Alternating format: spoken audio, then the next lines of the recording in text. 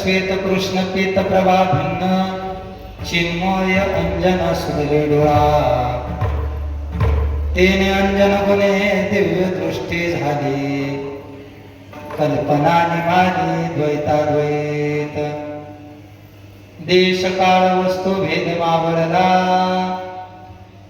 देश काळ वस्तू भेद मावळला आत्मा निर्वाळला विश्वाकार तेने अंजन गुणे दिव्य दृष्टी झाली कल्पना निमाली द्वैताद्वैत न झाला प्रपंच आहे परब्रह्म अहम सोहम ब्रह्मा कळले तेने अंजन गुणे दिव्य दृष्टी झाली कल्पना निमाली द्वैताद्वैत तत्वमसी विद्या ब्रह्मानंदी सांग तेची झाला अंगे तुकाता तेने अंजन गुणे दिव्य दृष्टी झाली कल्पना निमाले दैतावे पांडुरंग करू प्रथम नमन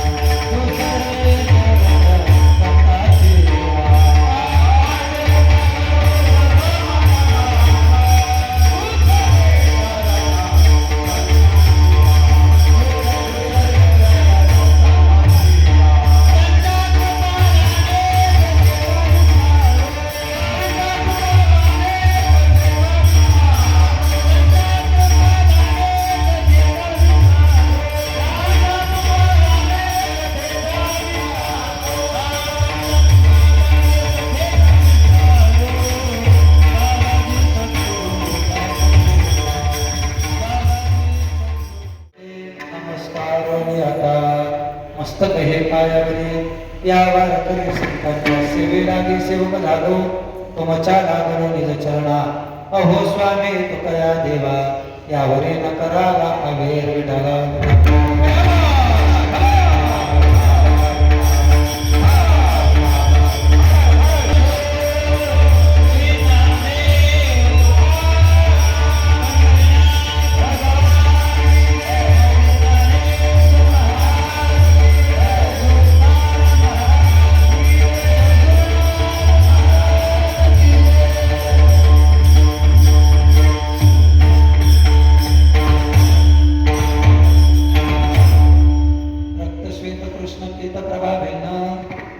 चिन्मय अंजन सुदले डोळा तेने अंजन गुणे दिव्य दृष्टी झाली कल्पना निमाली द्वैता द्वैत वस्तू प्राप्त प्रसंगी चिंतन रूपी सेवेकरता निवडलेला विषय अभंग असून प्रसिद्ध झाल्याच्या नंतर जीवनात काय परिवर्तन घडलं त्या परिवर्तनाचा दिग्दर्शन करणारा अभंग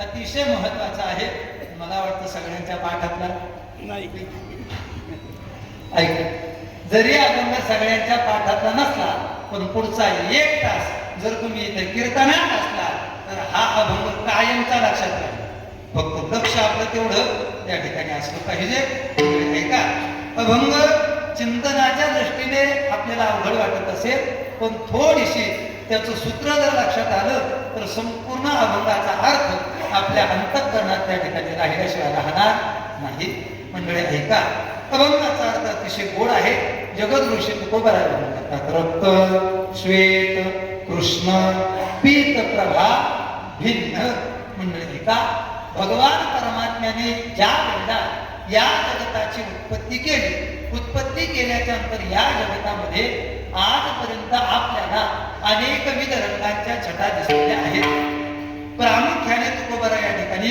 या काही रंगांचं वर्णन करतात कोणकोणता रक्त रक्त म्हणजे लाल श्वेत श्वेत म्हणजे सफेद श्वेत म्हणजे पांढरा श्वेत म्हणजे सफेद नवरा आहे का रक्त श्वेत म्हणजे सफेद कृष्ण कृष्ण म्हणजे काळा आणि पीत म्हणजे पिवळा म्हणजे एका या रंगांच्या सगळ्या वेगवेगळ्या छटा आहेत आणि या छटा एकेका गुणाचं प्रतिनिधित्व करत असतात रक्त रक्त प्रतिनिधित्व करतं रजोगुणाचं श्वेत श्वेत त्या ठिकाणी श्वेत त्या ठिकाणी प्रतिनिधित्व करतं सत्वगुणाचं आणि त्याचबरोबर कृष्ण हा रंग प्रतिनिधित्व करतो तमोगुणाचं आणि पिवळा जो काही रंग आहे ना हा रंग प्रतिनिधित्व करतो शुद्ध सत्वगुणाचं काय काय सांगितलं थोडंसं बारीक आहे का रक्त प्रतिनिधी करतो रक्त म्हणजे लाल रंग प्रतिनिधित्व करतो रजोगुणाचं त्याचबरोबर श्वेत म्हणजे पांढरा रंग प्रतिनिधित्व करतो सत्वगुणाचं पिवळा रंग प्रतिनिधित्व करतो शुद्ध सत्वगुणाचं आणि काळा रंग प्रतिनिधित्व करतो कशाचं तमोगुणाचं या सगळ्या जगताच्या संबंधानं वेगवेगळ्या छटा आहेत पण मंडळी ऐका जगत ऋषी तुकोबराय असं म्हणतात आणि या सगळ्या रंगांच्या जरी वेगवेगळ्या छटा असतील तरी माझ्या सद्गुरूंनी माझ्या डोळ्यामध्ये तत्वमसी महावाक्याचं अंजन दिलं आणि त्या अंजनाचा परिणाम काय झाला दिव्य दृष्टी त्या अंजनाच्या प्रभावामुळे माझी दिव्य दृष्टी झाली आणि त्याचा परिणाम काय? कल्पना निमाली द्वैत. माझ्या अंतःकरणात एक संभ्रम होता. कोणता संभ्रम होता? जगामध्ये खऱ्या अर्थाने वास्तव स्वरूपामध्ये द्वैत आहे की अद्वैत आहे, हा सर्वात मोठा भ्रम माझ्या अंतःकरणात होता. मी आतापर्यंत हे जगत माझ्यापासून वेगळं आहे आणि मी जगतापासून वेगळा आहे या भूमिकेचा निश्चय माझ्या ठिकाणी झालेला होता. एका सद्गुरु मुखातून तत्वमसी महावाक्याचे श्रवण त्या ठिकाणी कानावरती पडलं. त्याचा परिणाम काय? आतापर्यंत जीवनात असणारी द्वैताची भावना सुद्धा निघून गेली.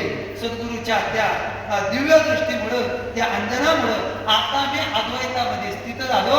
पण अद्वैतामध्ये सुद्धा कायम चिरंतर राहिलो नाही आणि ती अद्वैताची भावना सुद्धा टाकून दिली आणि मी ज्ञानोत्तर प्रेम लक्षण भक्ती करण्याकरता त्या ठिकाणी कल्पना द्वैत.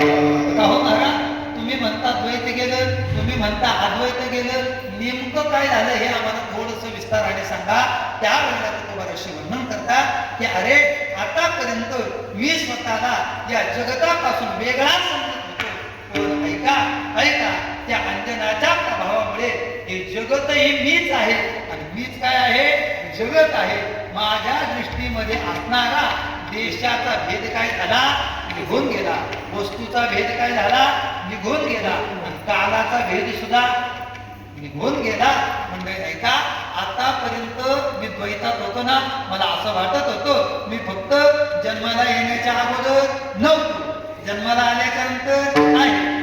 हा देह पडला म्हणजे मी काय झालो? मी काय झालो? मेलो. पण ऐका, आता माझी दृष्टी तशी राहिली नाही. त्या संतांच्या त्या अंजनाच्या प्रभावामुळे मला माहितीये, अरे मी जन्माला येण्याच्या अगोदर सुद्धा होतो आणि हा देह पडल्यानंतर सुद्धा मी राहणार आहे. माझ्या ठिकाणचा कालाचा भेद मावळला, वस्तूचा भेद मावळला. आतापर्यंत मी स्वतःला एकदेशी समजत होतो, पण मी काही एकदेशी राहिलो? मी संपूर्ण व्यापक आहे. तुकोबाराच्या जीवनाचा विचार करा. तुकोबाराने स्वतः सांगितलेलं आहे, मी जर ठरवलं तर मी अणुरेणूपेक्षा लहान आहे आणि आकाशापेक्षा मोठा आहे. माझ्या ठिकाणी असणारा देशाचा भेद गेला, माझ्या ठिकाणी असणारा वस्तूचा भेद गेला, माझ्या ठिकाणी असणारा कालाचा भेद सुद्धा निघून गेला. प्रभाव कशाचा? तिने अंजन गुणे दिव्य दृष्टी झाली. कल्पना निमानी द्वैताद्वैत एक देश काळ वस्तू भेद मानला आणि आत्मा विश्वाकारे संपूर्ण जगतामध्ये मी ओतप्रोत भरलेलो आहे. शंका घेण्याचं कारण नाही. म्हणजे का ज्या पद्धतीने या आकाशाचा जर विचार केला तर आकाश संपूर्ण जगतामध्ये आहे. का ही जी पोकळी दिसते बाबा, ही जी पोकळी दिसते याला काय म्हणतो आपण? आकाश म्हणतो. मग मला सांगा, पहिला म्हणतो आपण जर ते एखाद्या माठ घेतला, एखादं मोडकं घेतलं तर ते मोडकं त्याच्यात जर पाणी नसलं तरी ते रिकामा आहे का? ते पाणी नाही म्हणून रिकाम आहे, पण आकाश आहे म्हणून ते भरलेलं, आकाश आहे म्हणून ते भरलेलं आहे. आता ते मडकं फक्त घ्या आणि एखाद्या दगडावरती सोडून द्या. आता काय झालं? ते घटाकाश या महद आकाशामध्ये विलीन झालं. अगदी त्याच पद्धतीने तुकोबारा म्हणतात, सद्गुरु महावाक्य माझ्या कानावरती पडलं, महावाक्य ध्वनी बोंब झाली आणि त्या बोंबेचा परिणाम काय झाला? माझा आत्मतत्व संपूर्ण जगतामध्ये आहे असा माझ्या बुद्धीचा निश्चय त्या ठिकाणी झाला. आणि मग आता लक्षात आलं, अरे हा प्रपंच नव्हता, हा आपल्या दृष्टीला दिसत होता. न झाला प्रपंच, हा प्रपंच झालाच नाही. तो फक्त कल्पित द्वैतामुळे दिसत होता. कल्पित द्वैतामुळे तो फक्त दिसत होता. आणि परिणाम काय झाला गड्या? परिणाम असा झाला, हा झालाच नाही याची खात्री मला पडली. आणि काय कळलं? अहम सोहम ब्रह्म आकळले. तो परमात्मा आणि मी एकच आहे. या वृत्तीवरती, या भूमिकेवरती माझ्या सद्गुरु कृपेने मी आलो. हा विचार तुकोबारा सांगतात. काहू महाराज या विचारापर्यंत आलं म्हणजे अजून नेमकं काय झालं? तुकोबारा अगदी शेवटचा विचार सांगतात. तिची झाला अंगे तुका तत्वमसी विद्या ब्रह्मानंदी सांग. मला माझ्या सद्गुरु यथार्थ स्वरूपाने ते तत्वमसी महावाक्य मिळालं. त्याचं मी अविरतपणे अहोरात्रपणे चिंतन करायला लागलो. त्या चिंतनाचा ध्यास घेतला आणि त्याचा परिणाम काय झाला, मी तत्स्वरूपाला प्राप्त झालो. हा अतिशय महत्वाचा विचार जगद्गुरु तुकोबारा या आजच्या अभंगामध्ये व्यक्त करतात.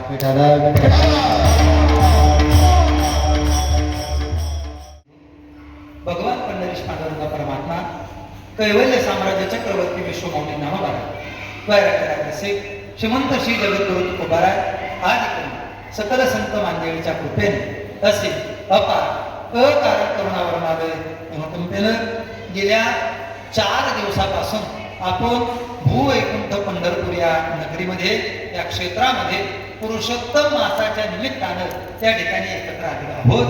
मंडळी ऐका, स्वानंद अध्यात्म ज्ञानपीठ सेवा भाविल्यास श्री क्षेत्र पंढरपूर शेगाव तुम्हाला तथा संपूर्ण महाराष्ट्र राज्याच्या त्या ठिकाणी विद्यमान आदरणीय श्री भक्तपरायण आपल्या सर्वांचं श्रद्धास्थान, आपल्या सर्वांचं अधिष्ठान परमपूज्य हरिभक्तपरायण परमपूज्य तपोनिधी पूजनीय बाबांच्या अधिष्ठानाखाली अधिपत्याखाली हा उत्सव या अधिक मासामध्ये करण्याचा आपल्या संपूर्ण कार्यकर्त्यांच्या अंतःकरणातली भावना तयार झाली. आदरणीय श्री भक्तपरायण प्रेममूर्ती महादेवजी महाराज मोरे अर्थात बाबांच्या मार्गदर्शनामध्ये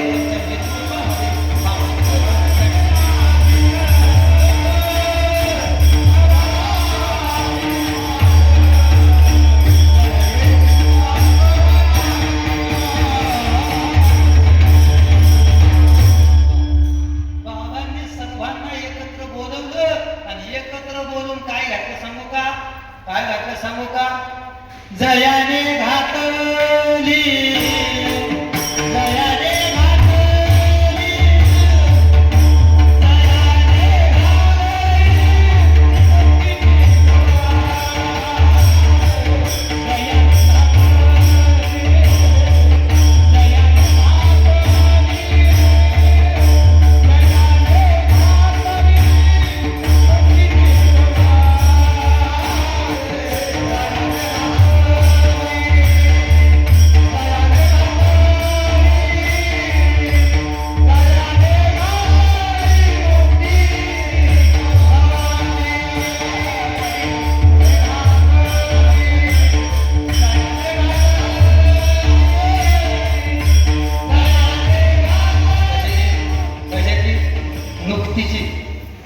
नुकतीची नाही,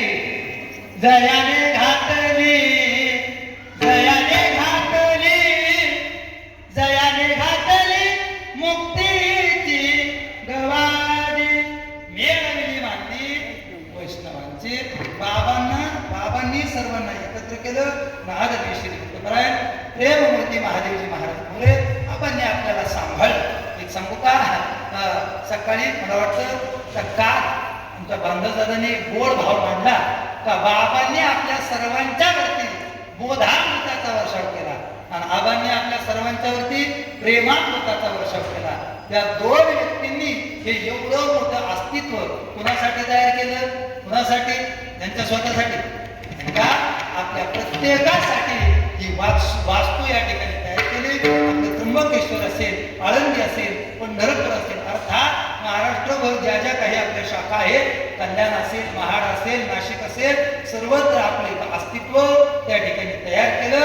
अंतःकरणात भावना जो साधक माशाल आदरणीय श्री भक्तपरायण सुनीलजी मिस्त्री गुरुजी सर या ठिकाणी योगायोगाचा जोरदार कार्यवाही अगदी सरांच्या हातून हजारो विद्यार्थी घडलेले आहेत.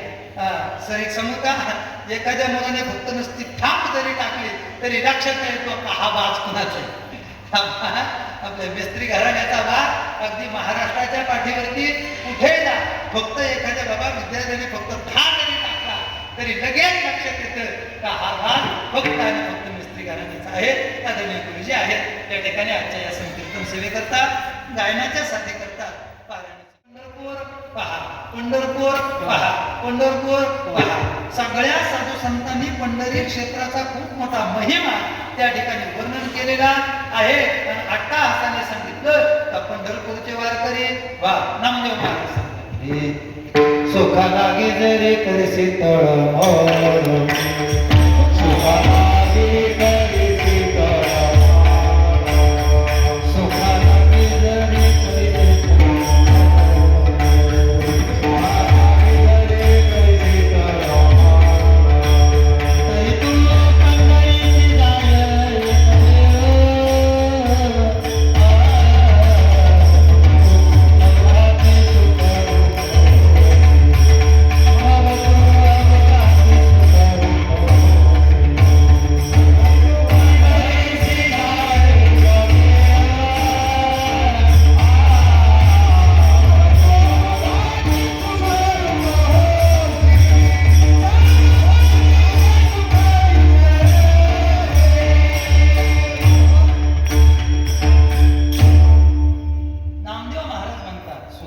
लागे जरी करीसी तळमळ तरी तू पंढरीशी जाय रामदेव महाराजांनी सांगितलं पंढरपूरला जा तो वराय सांगतात पंढरपूरला जा होय होय वार तरी होय होय वार तरी नाथ महाराज सांगतात अरे पंढरपूरला जाणारा तो वारकरी कसा आहे धन्य आहे आणि जो पंढरपूरला जातो नित्य नियमाने वारी करतो तो वारकरी कसा आहे धन्य आहे मग आपण त्या साधकाने प्रश्न विचारला कुठं आहे पंढरपूर महाराजांनी उत्तर दिलं मृत्यू लोकी नगर त्याचे नाव पंढरपूर कुठं आहे मृत्यू लोक मोठा आहे कोणत्या द्वीपात आहे जम्मू या द्वीपामाली एक पंढरपूर गाव मृत्यू लोकांमध्ये जम्मू नावाचं द्वीप आहे तर या जम्मू द्वीपामध्ये नेमकं कुठं बघ महाराज सांगतात भीमागिरी एक वसविले नगर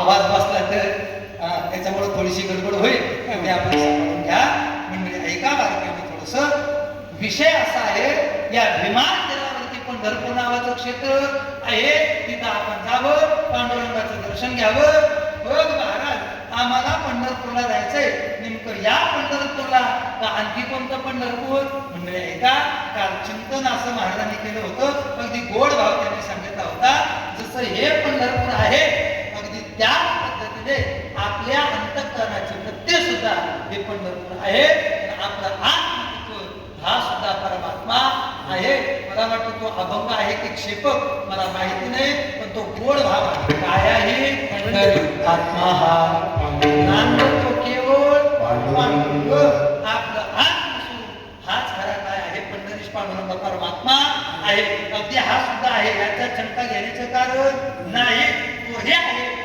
हा सुद्धा पांडुरंग परमात्मा आहे आणि त्याच्या भेटी करता सुद्धा आपल्याला जायचं आहे साधू संत जसे या पंढरपुरात आले ना तसे त्या पांडुरंगाचं सुद्धा त्यांनी दर्शन घेतलं बरं का आणि त्याचं दर्शन कसं घेतलं ज्या वेळेला त्यांना त्यांच्या सद्गुरूंच्या कडून तो बोध प्राप्त झाला ना त्या बोधाचं त्यांनी चिंतन केलं त्या बोधाच्या चिंतनाचा परिणाम डोक्यामध्ये अंतःकरणामध्ये असणारी भ्रांती निघून गेली आणि ते थेट पोहोचले कुठं बोध दिला मज सांगते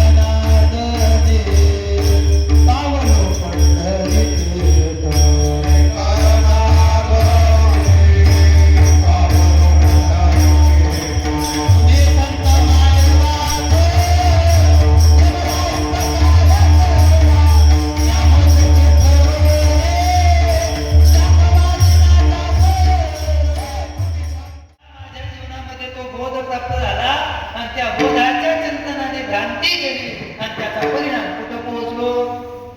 एका जनार्दनी पावलो पंढरी पेठ बोध दिला मला सांगाटे मार्ग दाविला भ्रांती हे समोर गेली दिसू लागली नाचत प्रेम छंदे चालू लागलो एका जनार्दनी पावलो पंढरी भेट मंडळी आहे का? माझी थोडी प्रस्तावना मला अशी फिरवायची आहे. म्हणतात मला बोध प्राप्त झाला आणि माझ्या ठिकाणची भ्रांती गेली. आता सगळ्यांनी ऐका, सगळ्यांनी अगदी बारकाईनं ऐका. तुम्हा आपल्याला सर्वांना देव दुर्लभ अशा प्रकारचा नरदेह प्राप्त झाला. पण मला खरं सांगा, याचं महात्म्य आपल्याला कळालं का? याने काय करता येतं हे आपल्याला कळालं का? नाही. आपलं आत्महित कशात आहे याचा विचार अजूनही आपल्याला कळाला नाही. ज्याला कळाला असेल त्याच्यासारखा भाग्यवान, त्याच्या चरणी त्रिवार भावानं अभिवादन आहे. पण आज तुमचा माझा जर विचार केला तर आपल्याला ते कळालंच आहे असं मात्र नाही. जे बाबांच्याकडे आले असतील, अनुग्रहित झाले असतील, प्रबोधित झाले असतील, बाबांच्याकडून तो बोध प्राप्त करून घेतला असेल, त्यांच्यासारखे भाग्यवान एक मंडळी थोडस बारकाईनं आहे का? आपल्या आत्महिताकरता आपण जागे असताना दृष्टीला दिसत नाही. शास्त्राने 3 गोष्टी दुर्लभ सांगितल्या. दुर्लभम प्रेमे मनुष्यत्व, मुमुक्षत्व, महापुरुष संशय. मनुष्य देह आपल्याला मिळाला म्हणजे एवढाही दुर्लभ. आज जगाच्या लोकसंख्येचा विचार केला तर किती आहे? 8-9 अब्जाच्या वरती. पण शब्दांचा अर्थ सगळ्यांचा एकच आहे. आपण ऐकतोय म्हणून बाबा काय ऐकतोय आपण? आज्ञा. आपण काय ऐकतोय? अविद्या. आपण काय ऐकतोय? भ्रांती. अज्ञानाचा सुद्धा अर्थ तोच, अविद्येचा सुद्धा अर्थ तोच, भ्रांतीचा सुद्धा अर्थ तोच. आपल्या सगळ्यांना एकच भ्रांती झाली. काय भ्रांती झाले? हा देह म्हणजे मी आणि देह संबंधी माझं आणि मी या जगतापासून वेगळं आहे आणि जगत माझ्यापासून वेगळं आहे. मंडळी थोडस बारीक आहे, अगदी गोड भाग आहे.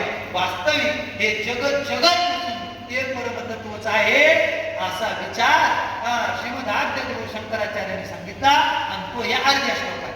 हा श्लोकानेन प्रवक्ष्यामि यदुक्तं ग्रंथ कोटिभिः ब्रह्मसत्य जगत मिथ्या आणि जीवो ब्रह्मैव नापराः. अरे हे जगत आणि तू एकच आहे. कोट्यावधी ग्रंथांचं ज्ञान मी फक्त अर्ध्या श्लोकात सांगतो. ब्रह्म सत्य आहे, जगत मिथ्या आहे. पण आपल्याला समजलं का? या जगताला हे मिथ्या आहे, पण आपण कसं मानतोय? कसं मानतोय? खरं मानतोय. खरं मानतोय. हे खरं आहे का बाबा? खरंच आहे. काय जगत नाही, आपण खरं मानतो ते खरं. आपण खरं मानतो ते खरं आहे. वास्तविक जगत खरं नाही. हा काय आहे? परमात्माच आहे. पण आपल्या दृष्टीवरती भ्रांती असल्यामुळं, आपल्या दृष्टीमध्ये अज्ञान असल्यामुळं, आपल्या डोळ्यामध्ये अविद्या असल्यामुळं हे जगत ब्रह्मस्वरूपाने आपल्याला अनुभवाला येत नाही. आहे काय? अहो ब्रह्मच आहे ना. कोण सांगतंय? कोण सांगतंय? तुकोबाराय सांगतात. कसं? अगोदर दृष्टांत सांगतो आणि मग प्रमाण घेतो. बरं का महिला मंडळ? थोडस बारीक आहे का? पुरुष मंडळ? आपले सोमनीचे दिवस होते, झटपट सांगतो. सोमनीचे दिवस होते बाबा आणि सोमनीच्या दिवसात महिला मंडळ एक दिवस शेतावरून घरी जायला झाला उशीर झाल्याच्या नंतर ती माता माऊली संध्याकाळी 6-6:30च्या आसपास घरी गेली. संध्याकाळचा वेळ आहे आणि संध्याकाळच्या वेळेला घरात जायचं तर अंगणात एक भला मला बिचारीला सर्प दिसला आणि जसा सर्प दिसला तशी ती जोरात ओरडली, साप साप साप. तो आवाज गेला घरामध्ये. तिचा मुलगा होता, तिचा पती होता, तिचा सासरा होता. बाबा तो आवाज घरात गेल्याच्या नंतर प्रसंग असा घडला, तिच्या पतीनं आणि त्या मुलानं, आपल्या त्या मुलानं आईचं आणि पतीचं पत्नीचे शब्द ऐकले का बाहेर काय निघाला? काय निघाला? साप निघाला. आणि साप आवाज आल्यानंतर पटकन त्या बापाने मोठी काठी घेतली, त्या मुलाने एक मोठी कुऱ्हाड घेतली आणि ते धावत धावत बाहेर यायला लागले. कशा करता? सापाला मारण्याकरता ते बाहेर यायला लागले. पण तेवढ्यात म्हाताऱ्याने विचारलं, काय धावपळ?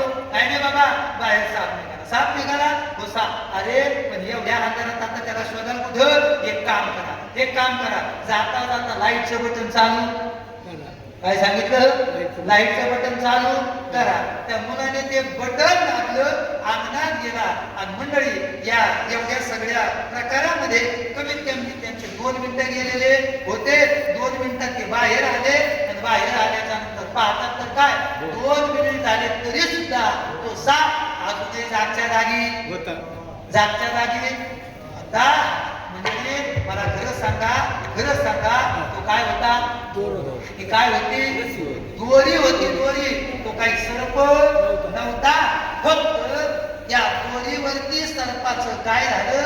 तिला भास झाला, भ्रम झाला आणि दोरीवरती सापाचा भास झाल्यामुळं तिला तो दोरी काय वाटायला लागला? काय वाटायला लागला? सर्प वाटायला लागला. हा फक्त दृष्टांत आहे का? दृष्टांत नाही, वेदांताचा सर्वात मोठा सिद्धांत आहे. तुकोबाराय सांगतात हे रज्जू सर्पाकार भास गेले जगदंबर, वासले जगदंबर, वासले जगदंबर. रज्जू सर्पाकार भास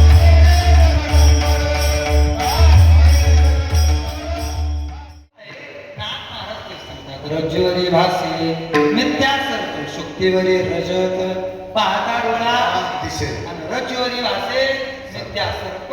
त्या दोरीवरती सापाचा जसा त्या बाईला, त्या स्त्रीला, त्या माऊलीला भास झाला, तसं आपल्याला आपल्या अज्ञानामुळं, आपल्याला आपल्या भ्रांतीमुळं, आपल्या अविद्येमुळं या निर्गुण असणाऱ्या ब्रह्मावरती, ब्रह्मस्वरूपावरती या जगताचा काय झालेला आहे? भास झालेला आहे.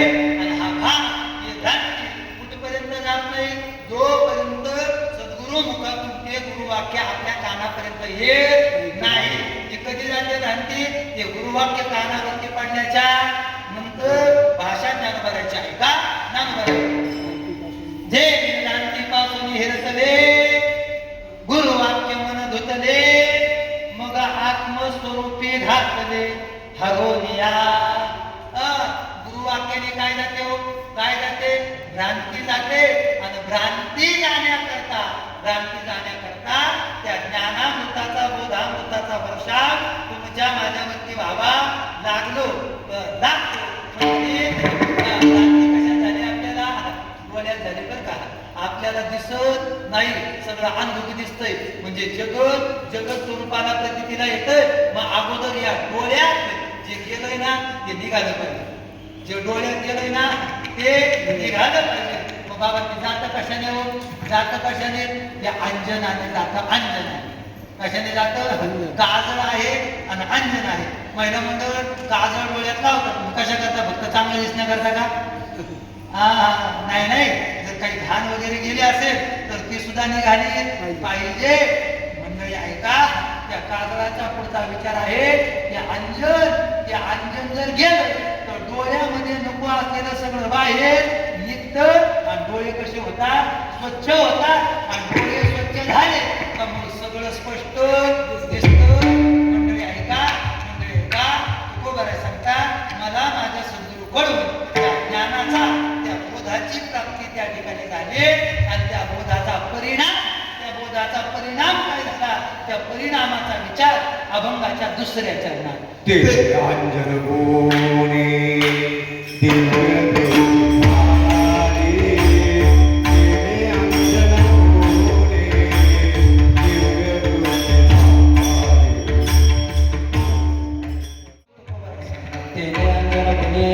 दिव्य दृष्टी मला माझ्या सद्गुरूकडून ते अंजन प्राप्त झालं.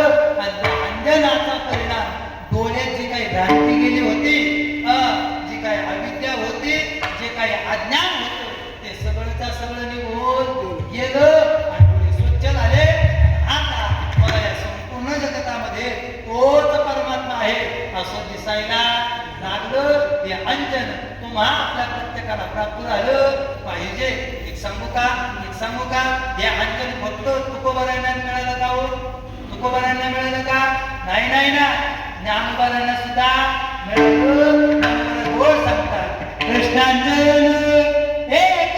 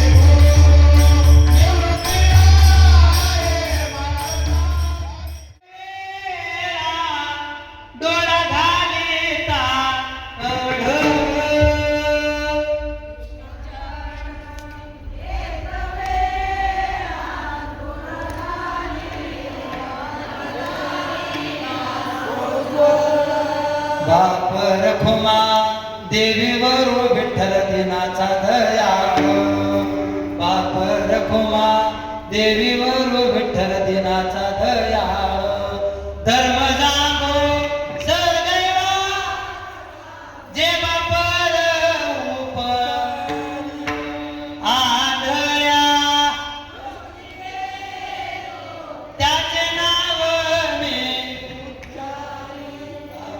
आज आवाज झालं आणखी एके ठिकाणी मारून आता माझं दृष्टी दे पांडुरंग माय अंजन देव तरी मार्ग सोपा ते अंजन आपल्याला प्रत्येकाला मिळालं पाहिजे ते अंजन म्हणजे काय काही का विस्तार करत नाही मला माहितीये माझी वेळ संपली अगदी आपले जास्तीत जास्त 5 ते 6 मिनिटं घेतो मंडळी ऐका बारकाईने सर्वांनी विषय असा आहे ते अंजन म्हणजे सद्गुरू मुखातून आलेलं तत्वमसी महावाक्य आणि त्या महावाक्याचं जर अविरतपणे आपण चिंतन केलं तर आपल्या दृष्टीतलं द्वैत सुद्धा जातं आणि अद्वैत सुद्धा जातं अगदी बारीक शेवटचे 4 मिनिटं बारकाईने ऐका सध्या आपण तुम्ही सगळेजण गुरुजी आपण सगळेजण आता प्रापंचिक द्वैतात आहोत कोणत्या द्वैतात आहोत आपण बरं का देशमुख साहेब सगळे आपण प्रापंचिक द्वैतात आहोत ही भगवत भक्तीची साधना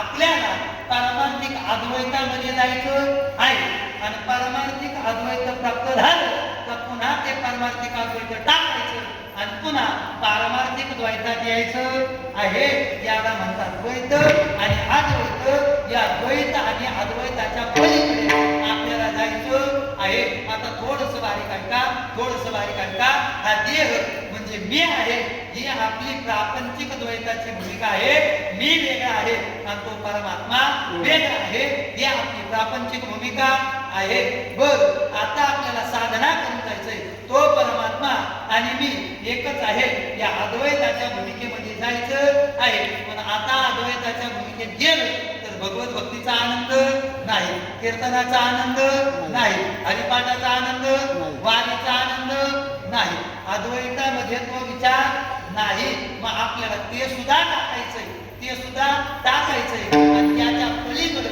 ज्ञानोत्तर प्रेमलक्षणा भक्ती करायची आहे ऐका लक्षपूर्वक हा प्रापंचिक द्वैत म्हणजे आपला देहभाव प्रापंचिक द्वैत म्हणजे आपला देहभाव आहे आणि पारमार्थिक अद्वैत म्हणजे आपला ब्रह्मभाव आहे बरोबर या दोनही गोष्टी गुरुजी कामाच्या नाही कशा कामाच्या नाही महिला मंडळ अगदी बारीक उत्तर द्या बघा बेडी एक आहे लोखंडाची आणि एक आहे सोन्याची चांगली कोणती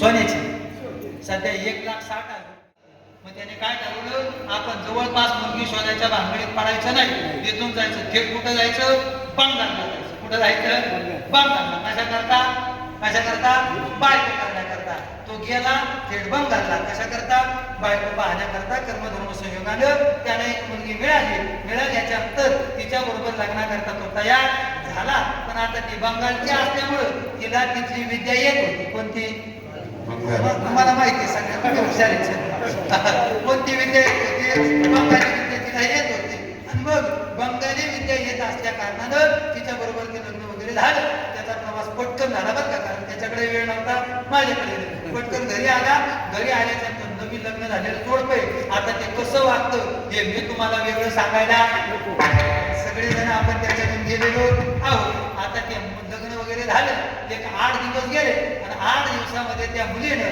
त्या मुलाचा आणि त्याच्या घरच्यांचा सगळ्यांचा अंदाज असंच होतं 8 दिवसामध्ये सगळ्यांचा अंदाज येतो 8 दिवस झाले आणि 9व्या दिवशी बाबा तिने अंथरून टाकल्याच्या नंतर अर्थात म्हणजे ती झोपून राहिले आणि मग हळूच त्या पतीला सांगितलं हो आज जरा माझं डोकं दुखतंय आज जरा आपली एवढी रूम स्वच्छ करून घ्या त्याला वाटलं नवी आहे बिचारी झोपते ठीक आहे त्याने ते सगळं स्वच्छ केलं दुसऱ्या दिवशी तसं आता तिने सांगितलं हो मला अजूनही बरं वाटत नाही तेवढे आपले भांडे राहिलेत ना तेवढे भांडे स्वच्छ करून घ्या दुपार आले दुपारी म्हणे अहो आपले तेवढे कपडे आहेत ना कपडे सुद्धा स्वच्छ करून घ्या आता जवळपास 8 दिवस महिला मंडळ असंच चाललं 9व्या दिवशी यांना डोक्यात आलं अरे काहीतरी गडबड आहे आणि मग याने सांगितलं अरे तुला दवाखान्यात चल म्हणतो तू येत नाही आणि कामं सगळी मला करायला सांगते याने सांगितलंय बा एक कामं तुम्हाला सगळी करायला लागतील आणि ती कामं जर केली नाही तर मला कोणती विद्या येते? हा, तुम्हाला आत्ताच्या आता लगेच कुत्रा बनवल्याशिवाय राहणार, मांजर बनवल्याशिवाय राहणार, गाढव बनवल्याशिवाय राहणार. आता असं म्हणायला लागल्याच्यानंतर त्याला विचारायला भीती वाटली. भीती वाटल्याच्यानंतर म्हणजे थोडस बारीक आहे का तो आता बळजबरीने ती सगळी कामं करायला लागला. काम करता करता करता महिनाभरामध्ये अगदी केशव महाराजांचा सारखा अगोदर चांगला होता, अगदी महिनाभरामध्ये असा झाला. 1 महिन्याने त्याचा मित्र आला, करे तू 1 महिन्यापूर्वी चांगला होता, लग्न झाल्यावर तू सुधारायला पाहिजे, तू असा नेमका का झाला? काही नाही, घडलेला सगळा प्रकार सांगितला. मित्राच्या वरून लक्षात आलं. त्यांनी सांगितले, बघ तिला सांग आम्ही 2-3 दिवसाकरता जरा बाहेर जातो म्हटल्यानंतर तिला सांगितलं आम्ही 4 दिवस काही येणार नाही, तू सगळ्या घराचा सांभाळ कर. तिने सांगितलं ठीक आहे, हरकत नाही. आणि मग ते बाहेर गावाला निघून गेले. पण कुठे गेले बाबा? कुठे गेले? ते परत गेले बाबा. कशा करता? पुन्हा बायकोच करण्याकरता. पण आता अशी बायको करायची होती जी हिच्यापेक्षा जास्त शिकलेली, जिच्यापेक्षा जास्त शिकलेली पाहिजे. का? कारण ती जर तिच्यापेक्षा जास्त शिकलेली असेल तर ती पहिलीचा काय करेल?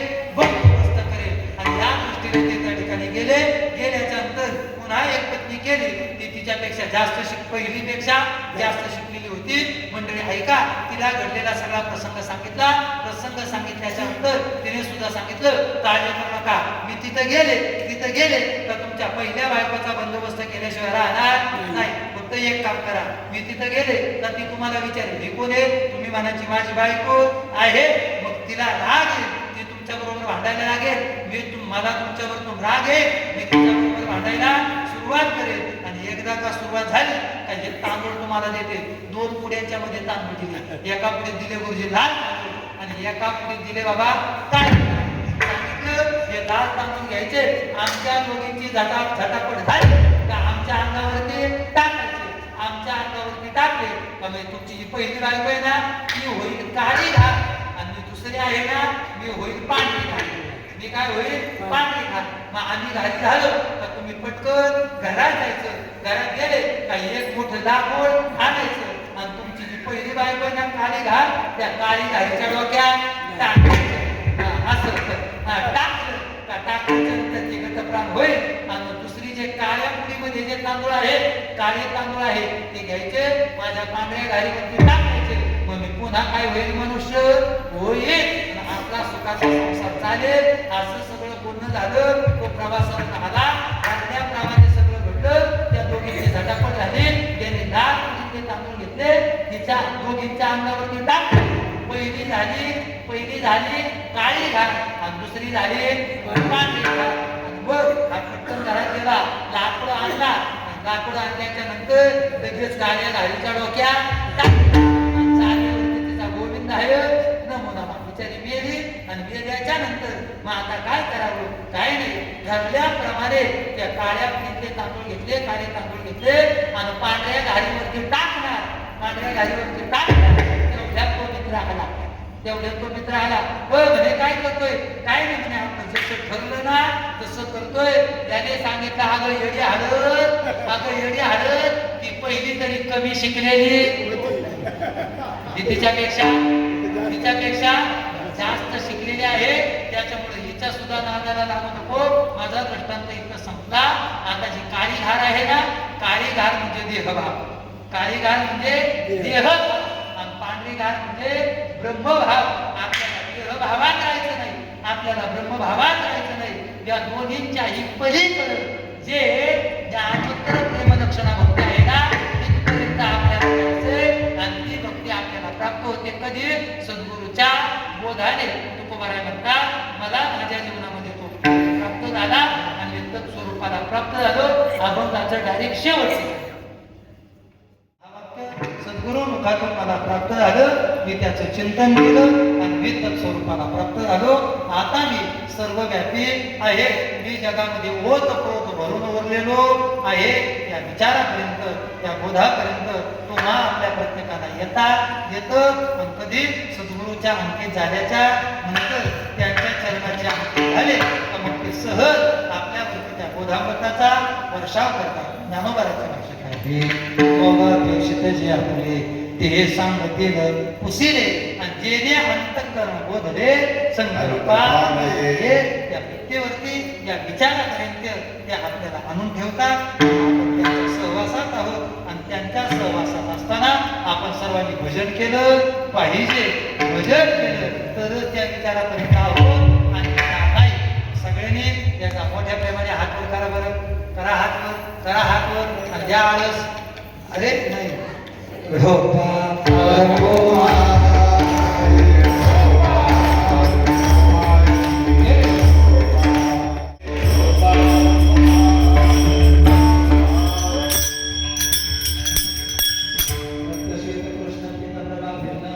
चिन्मय अंजन सुधरेवा तिने अंजनामध्ये दिव्य दृष्टी